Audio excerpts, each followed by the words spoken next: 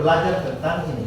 Cegah kekerasan terhadap anak dimulai dengan stop bullying. Tadi Bapak David sudah kasih salah satu bentuk kekerasan, namanya kekerasan apa? Bullying. Kali ini saya bahas khusus tentang bullying. Tapi sebelum kita bahas bullying, kita sama-sama bilang begini, stop bullying 5 kali dengan suara yang paling keras.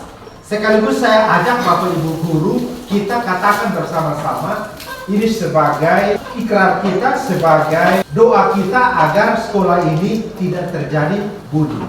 Oke, siap semua? Siap! Hitungan ketiga, semua bilang begini, stop bullying sampai 5 kali, ikuti tangan saya. Oke, 1, 2, 3. Stop bullying! Stop bullying! Stop bullying! Stop bullying! Stop bullying! Saya sudah menangani kasus anak lebih dari 400 kasus. Jadi saya kerja di kantor Bapas. Kantor itu yang menangani kasus-kasus anak. Jadi kalau anak yang melakukan tindak pidana, itu kamilah yang menangani. Saya punya YouTube juga. YouTube itu Bento. Nama tuh Bento. Orang yang kaya. Kenapa harus stop bullying? Kita belajar sama-sama kenapa harus stop bullying. Yang pertama, bullying itu adalah bibit kejahatan. Saya mulai dari sebuah permainan. Ada yang pernah lihat buku ini? Tidak ada. Jadi anak-anak itu ibarat seperti ini buku putih bersih. Nah, kalau kalian terimanya jahat, maka perilaku apa yang keluar? Jahat. Perilaku jahat. Perilaku jahat itu berasal dari siapa? Anak apa kalau punya perilaku jahat? Anak setan. Kalau anak-anak yang perilakunya buruk itu disebut dengan anak setan. Gitu. Tapi awalnya itu anak dia putih bersih. Tapi kalau perilakunya buruk, maka dia akan seperti itu. Tetapi kalau anak yang perilaku baik itu anak apa? Baik. Anak siapa? Tuhan. Kamu bilang begini, saya anak Tuhan, tepuk 1 kali. Saya masih. Tepuk ini. Wah, pintar dia begini. Nah, kalau anak yang perilaku baik itu anak Tuhan.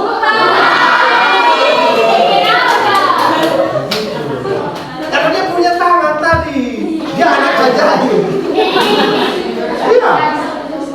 Kamu bukan anak iblis, tapi kamu hanya mempraktekkan saja. Gua bilang begini, bullying itu bibit kejahatan. 1, 2, 3. Bullying itu bibit kejahatan. Sekarang sentuh bahu temanmu, bilang begini, bullying itu bibit kejahatan. Bullying itu bibit kejahatan.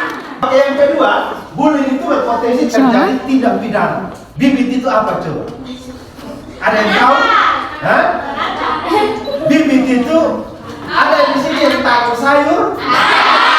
Pakai apa coba? Bibit. Waktu bibit ditanam dia tumbuh atau tidak? Tumbuh. Nah, sama juga dengan ini. Kalau bibit kejahatan ditanam, maka tumbuhnya kejahatan. Yang berikut, mayoritas orang menganggap bahwa bullying itu hal yang biasa. Baik itu bapak mama, orang tua, panggil anak dengan nama hewan. Anjing ini. Bullying itu tidak akan penjajahan. Siapa tahu penjajahan? Maka penjajahan di atas dunia harus dihapuskan. Karena tidak.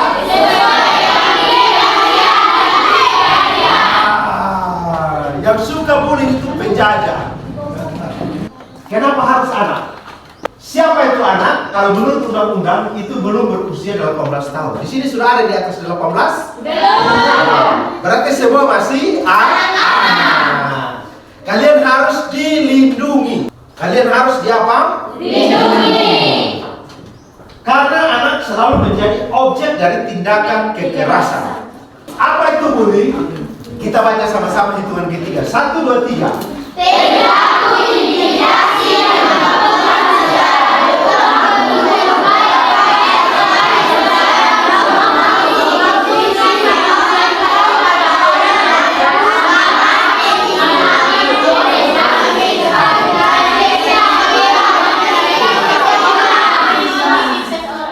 Oke, terima kasih. Jadi perilaku intimidasi secara berulang untuk apa? Secara apa? Fisik. belajar apa itu bullying, apa itu bercanda. Yang berikut adalah ini. Bullying adalah setiap ucapan, tindakan, sikap, gestur, cara kita memperlakukan orang lain ini dengan tujuan melecehkan, melukai, menodai, menghancurkan perasaannya, fisiknya, emosinya, martabatnya, dan harga dirinya.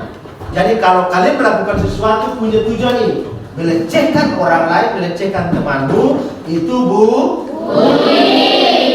Nah, kalau kamu mau supaya jangan diperlakukan begitu, maka jangan memperlakukan orang lain. Kalau kamu mau disayang, harus kamu sayang orang lain. Nah ini dia, baca sama-sama. 1, 2, 3 yang di bawah.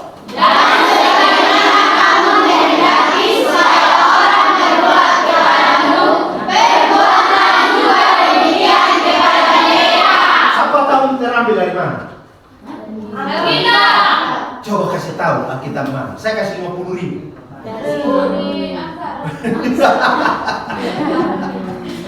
Oke, kita lanjut. Siapa yang bertanggung jawab melindungi anak-anak? Yang pertama adalah negara, yang kedua adalah pemerintah, yang ketiga adalah pemerintah daerah. Terus masyarakat ini adalah lingkungan di sekitar kita. Lalu keluarga ini adalah lingkungan keluarga besar, dan yang terakhir adalah orang tua wali. Itu mereka semua berkewajiban untuk melakukan perlindungan terhadap anak. Pertanyaannya, apakah semua anak sudah terlindungi? Belum. Oke, kalian yang jawab ya. Kita belajar faktanya. Faktanya adalah tadi tentang negara melindungi, tapi negara masih kurang peduli terhadap anak. Lihat ini, negara masih ada pungut biaya pendidikan. Di sekolah masih pungut biaya pendidikan? Masih, kan memang dari negara kasihnya begitu. Kalau negara peduli sama anak-anak, negara kaya, kenapa harus pungut pendidikan? Tapi masih juga pungut biaya untuk pendidikan. Padahal ada bilang apa? Sekolah gratis. Masih juga dipungut biaya. Negara di mana? Kurang pedulinya pendidik terhadap anak. Biasa di sekolah masih terjadi kekerasan terhadap anak-anak. Mungkin di sekolah ini tidak, tapi ada beberapa sekolah yang masih melakukan kekerasan terhadap anak. Kurang pedulinya lembaga agama terhadap anak. Kalau biasa di gereja ada acara-acara besar atau acara Natal, itu kalian datang dikasih duduk di depan atau disuruh ke belakang. Pas kamu datang sudah, mari Nona duduk di depan. Bisa begitu? Pernah begitu? Tidak. Terus suruh bilang apa?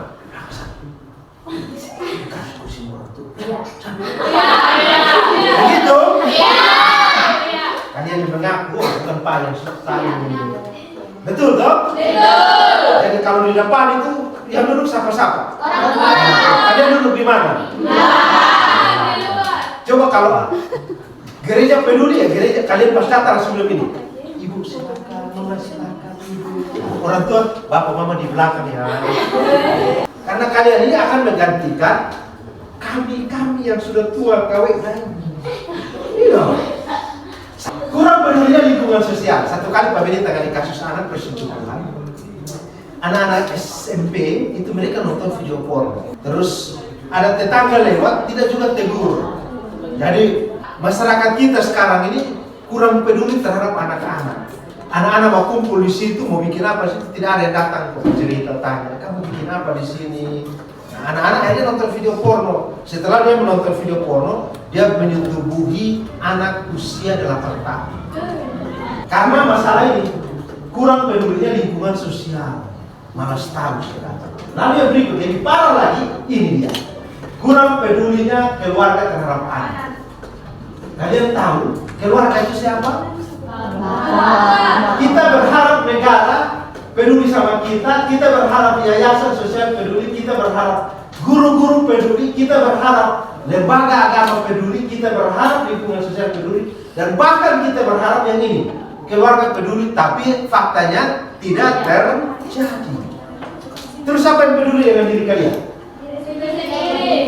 Jawabannya adalah diri sendiri. Saya titip satu pesan begini. Jadi kalian harus berani untuk melaporkan. Kalau bagian dada wanita disebut apa? Payudara. Sama-sama sebut payudara. Yang bagian kemaluan wanita disebut apa? Vagina. Sama-sama sebut vagina. Vagina. Lebih keras. Vagina. Kalau laki-laki alat kelaminnya penis. Ayo sama-sama sebut dengan suara keras. 2, 3. Penis. Oke, Pak Benis ngomong dan kalian harus sebut dengan suara yang keras. Ini namanya apa? Vagina. Yang ini laki-laki. Penis. Perempuan. Vagina. Kalau yang ini, kamu tidak tahu ini apa? Nah, kalau yang ini, Bibir. yang ini, Leher. oke. Pak Beni titip pesan ini. Siapapun tidak boleh menyentuh payudaramu, penismu, vaginamu, pantatmu, bibirmu, lehermu. Itu bagian sensitif dari seksualitas.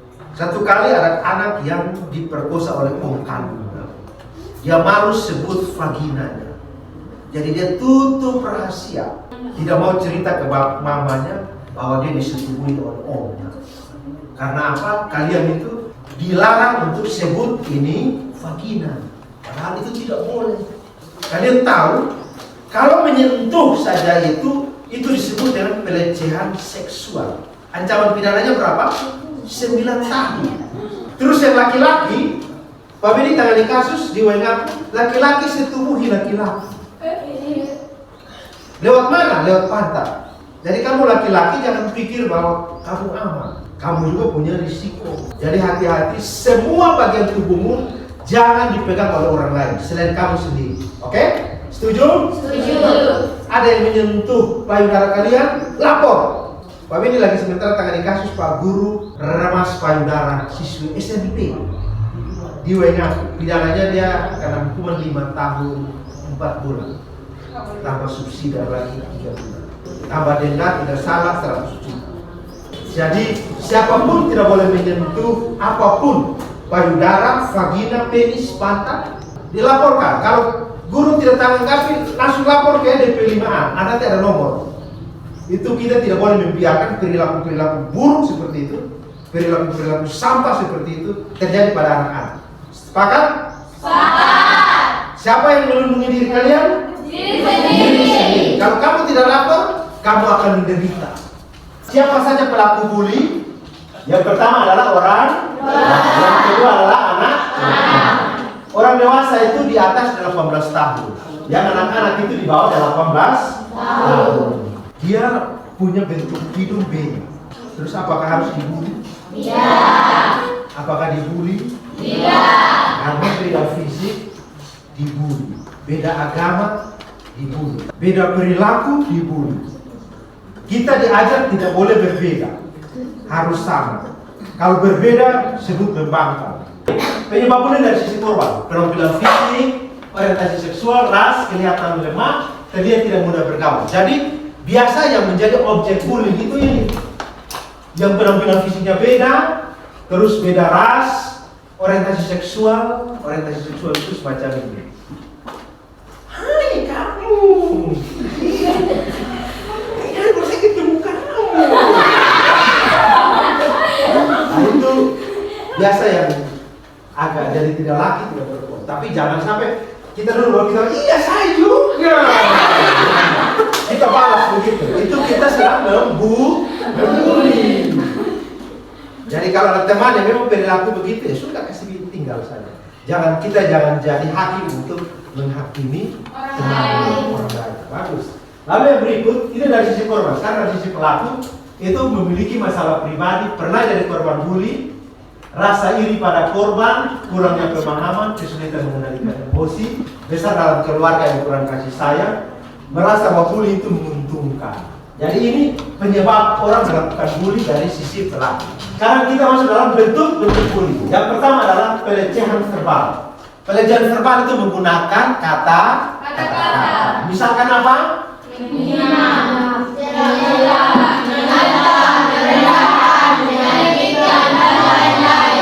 Oke. Yang kedua adalah pelecehan fisik. Contohnya seperti apa?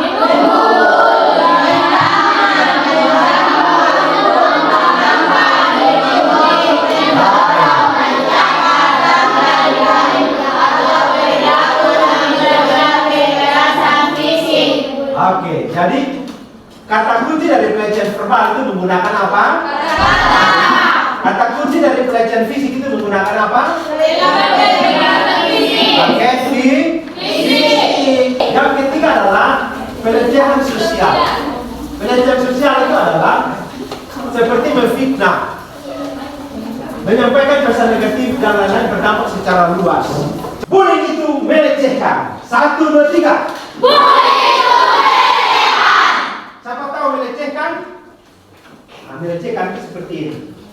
Awalnya kan teman kalian itu punya model seperti ini, masih mulus. Kalau kalian lecehkan lagi, minta maaf. Kalian lecehkan lagi, saya minta maaf. Kalian lecehkan lagi, minta maaf. Kalian lecehkan lagi, minta maaf. Kalian lecehkan. Dia masih seperti semula? Tidak. Apa yang tidak seperti semula? Tidak. Tidak mulus lagi. Meskipun dia tetap teman kalian, tapi dia sudah tidak mulus lagi. Pelecehan itu seperti itu. Melecehkan itu seperti itu. Jadi kalau kalian lihat buku, lihat teman saya itu seperti di buku. Kalau perilaku saya jahat, maka akan menjadi buku yang di depan tadi anak ini. Oke, yang berikut tadi adalah pelecehan sosial. Kita sama-sama bilang begini. Bullying itu perilaku sampah. 1, 2, 3. Bullying itu perilaku sampah. Siapa tahu perilaku sampah? Siapa tahu sampah? Ada yang tahu sampah? Tahu.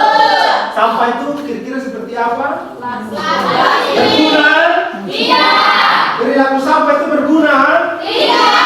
Tidak berguna. Perilaku sampah itu tidak berguna. Jadi yang suka melakukan bully itu perilaku sampah. Ada di sini perilakunya sampah? Ada. Nah, kali ini cukup sudah. Jangan sampai perilakumu perilaku sampah. Kalian di sini berapa orang ini? Jumlah 40 ya? Ya. 40 orang ini akan jadi perpanjangan tangan untuk menyampaikan, mengkampanyekan stop bullying kepada siapapun termasuk di rumah dengan orang tua. Jadi kalau orang tua panggil kamu dengan nama binatang, maka kasih tahu, Bapak Mama saya bukan anak binatang. Boleh melawan orang tua dengan kata-kata itu, Pak Beni dukung. Jadi kalau Pak Beni bilang, orang tua bilang anjing ini, langsung berdiri. Bapak Mama saya bukan anjing. Marah. Ya, kalian tidak berdosa. Nanti apa? Kalau kalian terimanya sampah, maka akan menghasilkan sampah. Lalu yang berikut adalah pelecehan cyber. Pelecehan cyber itu adalah menggunakan ini online, media sosial. Oke. Sudah berapa bentuk bullying tadi pertama? Yang pertama adalah pelecehan. Yang ketiga, yang keempat, oke, yang kelima adalah pelecehan emosional. Itu emosional itu perbuatan kita, perilaku kita membuat orang lain emosi. Kata-kata kita buat orang lain emosi.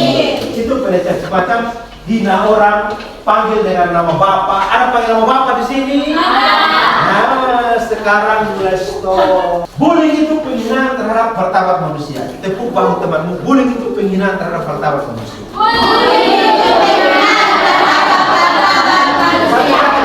Tolong tuliskan perilaku bullying yang pernah kalian alami sendiri. Ada kertas ini. Tulis apa saja, entah kalian dipukul, dimaki, atau difitnah, silakan. Jadi kalian saksi semua bahwa yang masuk di dalam ini adalah kertas putih. Lihat, betul kan? Betul kertas? Betul. Yakin? Yakin. Kalian kasih tahu bilang, saya lihat kertas putih di dalam kantong. Saya lihat kertas putih di dalam Ini kantong. semua begini. Ya sudah. Jadi pesannya ini, dari permainan ini, kalian itu sering dibully oleh siapa saja, oleh orang tua, oleh teman-teman, oleh orang dewasa. Kalian sering mendapat perilaku bully dari orang lain. Tadi bully itu apa? Perilaku apa? Sampah. Perilaku apa? Sampah. Sekali lagi yang keras, bully itu perilaku apa? Sampah. Bully itu melecehkan. Karena kalian sering mendapat bully, maka perilaku kalian juga perilaku sampah. Jadi anak-anak yang suka membuli itu adalah anak-anak yang berperilaku sampah. Tapi apakah sampah-sampah itu bisa berubah? Tidak. Tidak bisa. Bisa. Tidak bisa berubah sampah. Ya sampah tetap sampah. Tapi karena kalian manusia, maka kalian bisa berubah. Bilang sama dirimu, saya bisa. Saya bisa. Saya akan jadi lebih baik. Saya akan jadi lebih baik. Nah, sama dengan ini kertas tadi. Semua kata-kata bully itu masuk di dalam diri kalian seperti ini, kantong. Semua bully datang masuk di kantong, terus masuk di dalam diri kalian. Kalian bisa tolak? Bisa? Bisa. Bisa tolak itu bully? Tidak bisa. Semua kalian terima. Apakah harus balas? Tidak. Apakah harus balas bully? Tidak. Tidak usah balas bully. Tapi kita harus tunjukkan bahwa kita itu anak yang bernilai. Tidak seperti kertas-kertas tadi. Sekarang kamu ambil satu lembar. Tadi kamu tulis uang berapa? 50. 100. Oke, sudah. Dia saja ambil. Kamu sambil bikin tangan begini, semoga kertas tadi berubah. Sambil kamu tutup mata. Sorong kasih masuk tangan di dalam. Angkat pelan-pelan terus keluar di kau.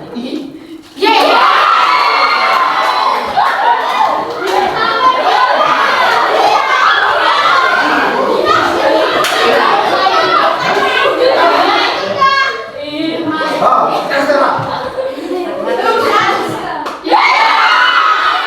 Kamu tidak berdoa. Kalian sekarang dapat doa supaya dapat doa. Dalam hati sambil bilang begini. Saya harus bernilai. Saya harus berharga. Kalian itu adalah kantong ajaib. Sekarang bilang begini. Saya anak ajaib. Anak ajaib perilakunya harus ajaib. Kalau kalian memukul atau ditendang, kira-kira bentuk pukulnya apa? Oke, kita lihat. Fisik. Ada lagi yang lain? Kalau kalian dipukul, ditendang, bentuk pukul apa lagi yang kalian alami? Coba kita lihat. Emosional, betul.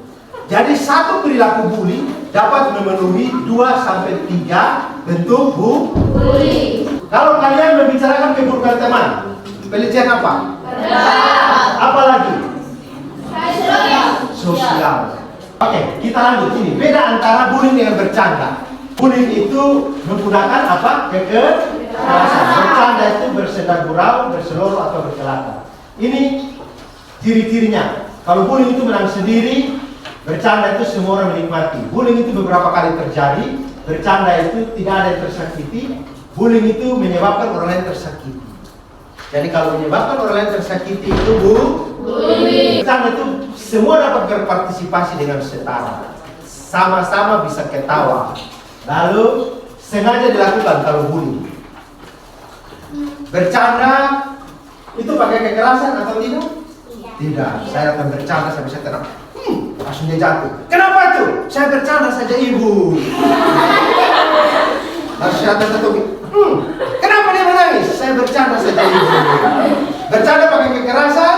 Tidak. Bullying itu menyakiti, bercanda itu menyenangkan. Sama-sama bilang. 1, 2, 3. Bullying itu menyakiti, bercanda itu menyenangkan. Ini pasal-pasal yang dapat dikenakan pada pelaku bullying. Nah ini adik-adik. Kalian lihat di sini ada namanya kekerasan terhadap apa ini? Anak-anak. Pidananya berapa? 3. Kekerasan apa yang tadi kalian belajar? Dari Pak David kasih materi kekerasan apa yang kalian belajar?